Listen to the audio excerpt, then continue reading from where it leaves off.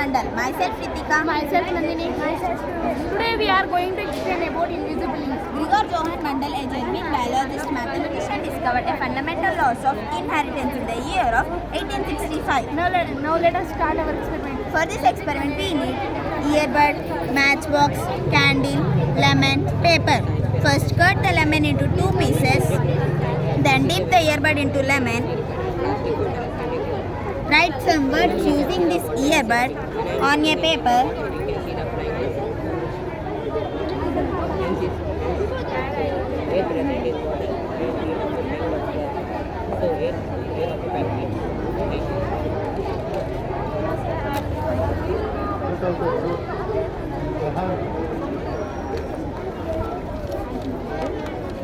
Keep this paper on the flames.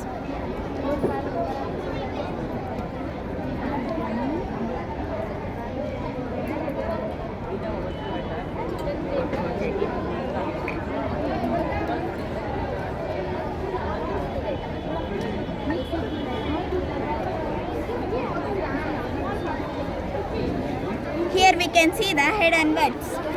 Thank you.